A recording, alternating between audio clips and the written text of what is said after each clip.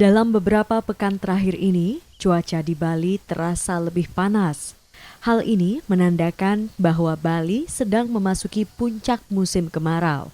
Hal ini mempengaruhi sektor pertanian yang bisa mengakibatkan kekeringan dan kekurangan air yang berdampak pada petani tidak bisa menghasilkan hasil taninya secara maksimal. Ditemui di kediamannya, Profesor Iketut Suambe selaku akademisi di bidang pertanian mengatakan solusi dari mengatasi kekeringan yakni dengan mengubah pola tanam. Pola tanam yang diterapkan yakni dengan sistem pergiliran tanaman yang dimana palawija adalah tanaman yang tepat untuk ditanam oleh para petani. Lalu, selain pola tanam, jika debit air masih mumpuni, pengairan akan dilakukan secara bergantian dan diatur dari hulu ke hilir.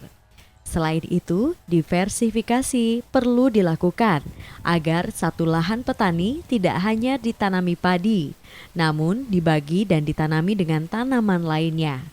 Fungsi diversifikasi ini selain mengurangi penggunaan air, juga bisa menjadi pendapatan harian bagi petani. Jadi ketersediaan air debitnya akan mulai sangat menurun dan diperkirakan puncaknya kan di bulan Agustus ini sampai. Jadi dalam kondisi ekstrim kekurangan air, ya tentunya pola tanamnya yang ditanam adalah bukan padi, palawija. Yang kedua caranya adalah seandainya debit itu masih mencukupi untuk menanam padi, jadi dilakukan pergiliran antara hulu, tengah dan hilir. Artinya di dalam subak itu sendiri melakukan pergiliran tanaman. Dan upaya lainnya juga dilakukan diversifikasi usaha tani. Jadi dalam satu areal sawah yang dimiliki oleh petani tidak sepenuhnya ditanami padi. Jadi ada sepertiga ditanami. Misalnya jenis palawija, ada bunga pacar, ada yang menanam cabai gitu ya.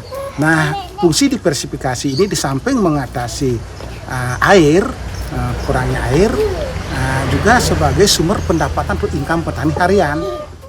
Profesor Iketut Suambe pun berharap agar musim kemarau cepat berlalu dan proses irigasi pun bisa dilakukan tanpa kekurangan air.